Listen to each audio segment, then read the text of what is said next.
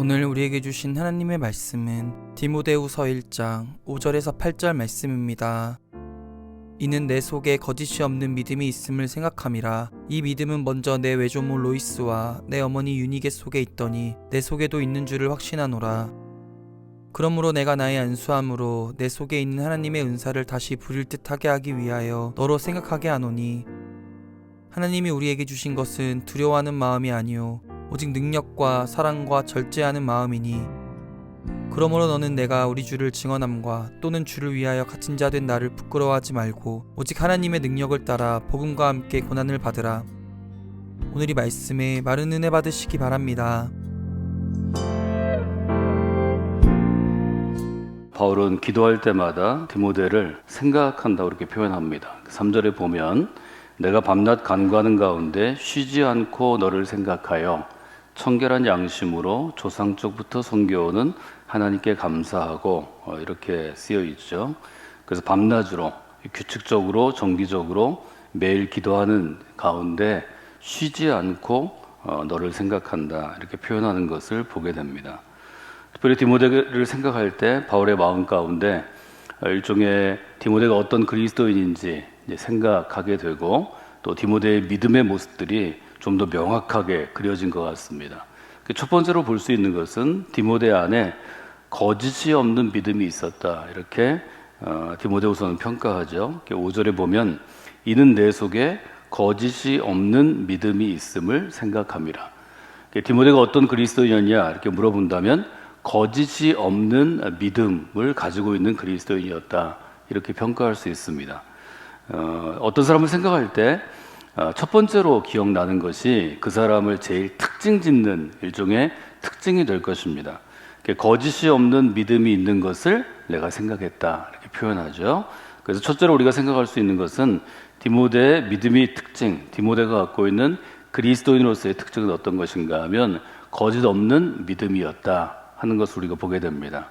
여기서 거짓이 없다는 것은 누구를 속이거나 또 무슨 체하다, 그러니까 말하자면 실제는 아닌데, 알맹이는 아닌데 겉으로만, 껍데기로만 보이는 것이 아니다. 그래서 위선이 아니다, 위선적이 아니다 라는 뜻으로 우리가 쓸 수 있다 하는 말씀을 드렸고, 그래서 거짓 없는 믿음이라는 것은 곧 진실한 믿음이고, 거짓 없는 믿음이라는 것은 곧 정직한 믿음이다 이렇게 우리가 생각해 볼 수 있겠습니다.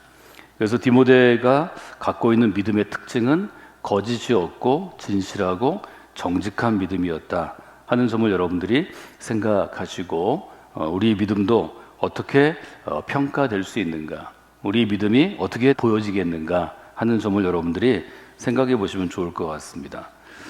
두 번째로 볼 수 있는 디모데의 믿음은 어떤 것인가 하면 5절 하반절에 보면 이 믿음은 먼저 내 외조모 로이스와 내 어머니 유니게 속에 있더니 내 속에도 있는 줄을 확신하노라 이렇게 쓰여 있습니다. 말하자면 디모데가 갖고 있는 믿음의 특징은 어떤 것인가 하면 외할머니인 로이스와 또 어머니인 유니게 속에도 있던 것이라는 거죠. 갖고 있는 믿음이 거슬러 올라가서 어머니 속에도 또 그 어머니의 어머니 속에도 있었다 하는 것은 무엇을 의미하나요? 믿음이라는 것이 자기 혼자만의 믿음이 아니고 훌륭한 믿음으로 살아온 할머니로부터 어머니로부터 일종의 계승되어 온, 전해져 내려오는, 또 이어져 내려오는 믿음이었다 하는 점을 우리가 생각할 수 있습니다. 그래서 두 번째 믿음의 특징을 아주 신앙의 뿌리가 깊은 믿음이다 이렇게 우리가 생각해 보면 좋을 것 같습니다. 말하자면 믿음에도 뿌리가 아주 얕은 믿음이 있고, 또 지금처럼 디모데처럼 뿌리가 깊은 믿음이 있다 이렇게 우리가 볼 수 있죠. 우리가 흔히 얘기하는 것 중에 나무를 비유로 할 때 뿌리가 깊은 나무는 어떤 바람이 불어와도, 어떤 비바람이 불어와도 흔들리지만 뽑혀지진 않는다 하는 것을 우리가 생각할 수 있습니다. 그래서 여러분의 믿음도, 또 여러분의 자녀들의 믿음도 뿌리가 깊은 믿음으로 세워지도록 여러분들이 지속적으로 주의하시고 훈련하시고 또 하나님께 간구하는 것이 마땅합니다. 뿌리가 깊은 믿음이라는 것은 사실은 굉장히 중요하죠. 지금 디모데의 믿음은 당대의 믿음 이라기보다는 이미 그 선대로부터 그 외할머니와 어머니로부터 전해져 온 것이다 하는 것을 바울은 굉장히 높이 평가한 것 같습니다. 외조부나 어머니는 아마 유대교 전통에 생활하던 전통적인 유대교인이었을 것입니다. 바울을 만나게 되었고 바울의 복음 전도를 통해서 유대교의 사람에서 그리스도의 사람으로 일종의 신앙의 전환이 이루어졌습니다.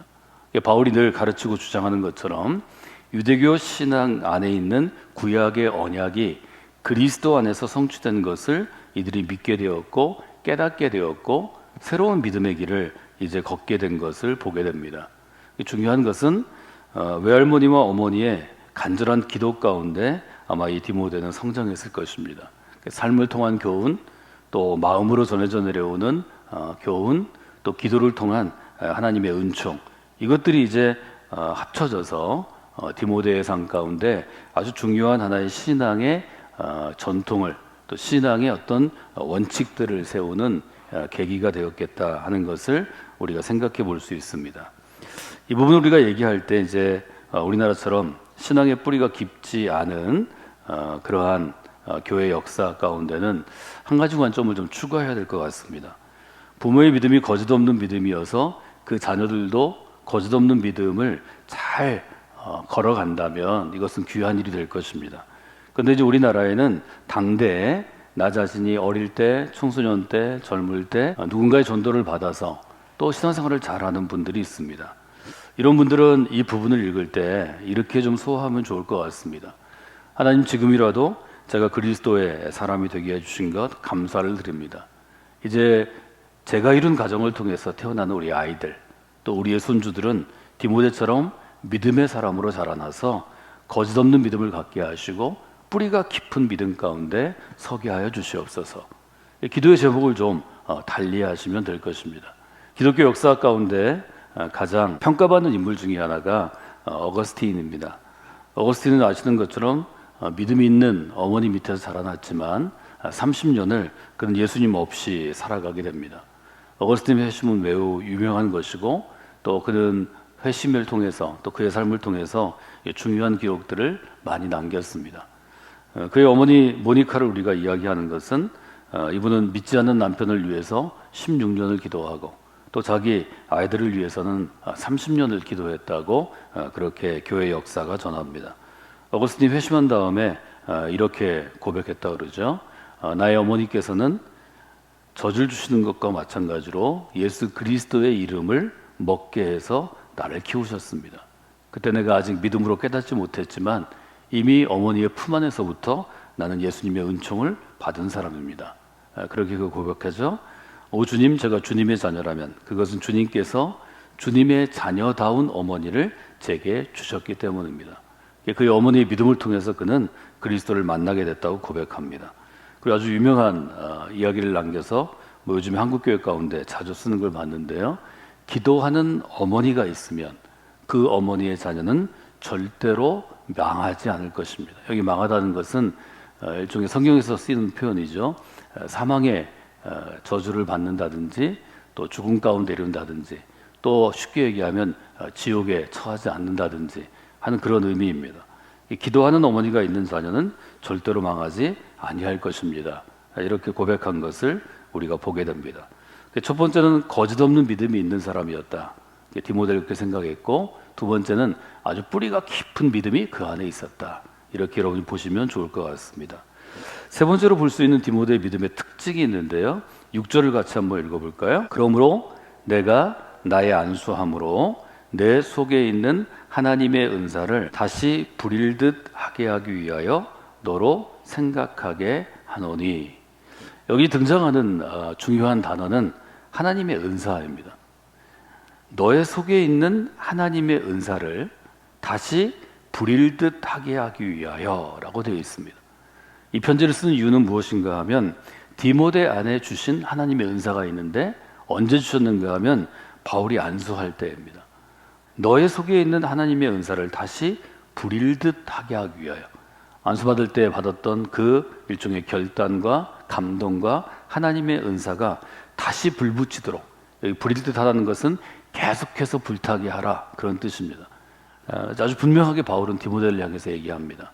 내가 안수할 때 하나님이 당신의 속 가운데 당신의 삶에, 당신의 마음에, 믿음에 하나님의 은사를 주셨는데 그 은사를 소중히 여겨야 한다는 것입니다.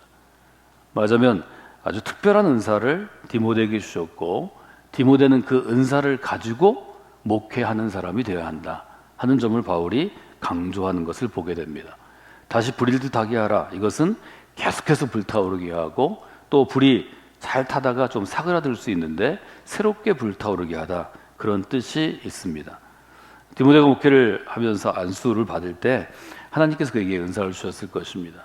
근데 보시는 것처럼 디모데가 목회하는 가운데 교회 안에 거짓 교사들이 들어왔고 거짓 교사들이 교인들을 실족해 하는 일들이 여러 번 있었습니다. 마침 공격하는 것입니다. 거짓 교사들이 디모데에도 공격했죠. 그래서 디모데가 가르치는 것, 목회하는 것에 반감을 품고 반대하게 하고 또 교회 안에서 조직적으로 저항하는 일들이 있었던 것 같습니다. 이런 일을 당하면 아무리 성정이 강하고 또 헌신하고 결단한 사람도 흔들릴 수밖에 없죠. 내가 목회를 그만두어야 하나? 내가 이 교회를 떠나야 하나? 내가 목회할 수 있는 실력과 능력과 믿음이 부족한데 내가 지금 목회하는 것은 아닌가? 이런 어려움들이 자주 올 수도 있고 또 평생에 이런 큰 어려움들을 당하는 것이 그 신앙의 길이고 목회의 길입니다. 아마 디모데에게 그런 일이 있었던 것 같습니다. 바울은 아주 강력하게 디모데에게 촉구합니다. 바울의 논지는 무엇인가 하면 하나님이 당신을 나를 통해서 바울을 통해서 목회자로 세울 때, 이것은 목회의 사명을 주신 것이죠. 하나님이 일을 맡겨줄 때 하나님은 그 일을 능히 감당할 만한 은사와 능력을 주십니다 하는 고백입니다. 여러분, 이것은 매우 중요한 것입니다. 아주 분명하게 바울은 얘기합니다. 너는 연약한 사람이고 너는 믿음이 부족하고 너는 목사로서 부족하지만 하나님께 도움을 구하면 하나님의 도우심으로 그 일을 감당할 수 있다고 알려줍니다. 그것은 바울 자신도 마찬가지였고 이제 디모데도 마찬가지입니다. 7절에 보면 이렇게 되어 있죠.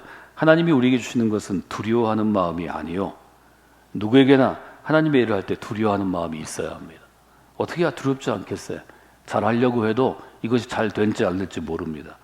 일의 결과를 예측할 수 없습니다. 하나님의 일에는 실패가 없습니다. 여러분, 하나님의 일을 실패했다고 생각하는 것은 내가 세운 목표치가 있기 때문입니다. 여러분이 하나님의 일을 감당할 때는 그런 마음으로 하셔야 합니다. 그것은 나의 일이 아닙니다. 이것은 하나님의 일입니다.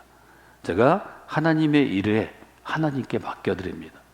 제게 능력을 주시고 저를 도와주시면 제가 최선을 다해, 전심전력해서 온 몸을 다해, 생명을 다해 일하겠습니다. 이것이 훨씬 더 중요합니다. 여러분, 모든 일은 두려운 것입니다. 결과를 알 수 없기 때문입니다. 또 인간의 마음에는 잘하고 싶은 마음이 있습니다. 내 능력보다 훨씬 더 잘하고 싶습니다. 내 노력보다 훨씬 더 잘하고 싶습니다. 그 일이 다 잘 되지 않습니다. 잘 되는 일은 100번 중에 1번일 것입니다. 그러나 99번 마음에 흡족하지 않아도 그 일을 하면서 내 자신이 성장합니다. 그 일을 하면서 나와 함께 일하는 나의 사역팀, 나의 목회팀이 성장합니다. 그 일을 통해서 교회 안에 거룩하고 새로운 변화가 있습니다. 그래서 여러분들이 하나님의 일을 할 때는 두려워하는 마음이 아니라 여기 7절에 있는 것처럼 오직 능력과 사랑과 절제하는 마음이, 이걸 좀 풀어서 한다면 저는 그렇게 설명하고 싶습니다. 하나님 일을 할 때는 하나님에게 능력을 구해야 합니다. 두 번째, 하나님 일을 할 때는 내 욕심으로 하지 말고 사랑으로 해야 합니다. 하나님의 사랑으로 해야 일하는 나도 즐겁고 함께 일하는 사람도 즐겁습니다. 세 번째, 어떤 일을 하든지 스스로 근신하며, 여기 절제하다는 말이 근신하다인데요, 옛날 번역이 자기를 낮추고 상가면서 일을 감당해야 합니다. 하나님이 허락하시는 그 부분까지, 이것은 나의 일이 아니라 하나님의 일이기 때문에 하나님에게 맡기는 태도가 중요합니다. 8절에 보면 바울은 자기의 삶을 이렇게 얘기하죠. 그러므로 너는 내가 우리 주를 증언함과 또를 주를 위하여 갇힌 자 된 나를 부끄러워하지 말고 오직 하나님의 능력을 따라 복음과 함께 고난을 받으라. 이것이 헌신입니다. 나의 능력이 아니라 하나님의 능력으로 이 사명을 감당하는 것, 이 일을 감당하는 것도 하나님이 내게 주신 능력으로 감당한 것입니다. 이렇게 고백하는 것을 하나님이 기뻐하십니다. 그래서 믿음의 사람은 하나님의 능력을 따라 살아가는 삶입니다. 여러분들이 여러분의 그릇보다 훨씬 더 큰 하나님의 능력을 담는 그런 그릇이 되시고 하나님의 능력을 따라 일하시는 경험들이 더 쌓여가시기를 주님의 이름으로 부탁을 드립니다.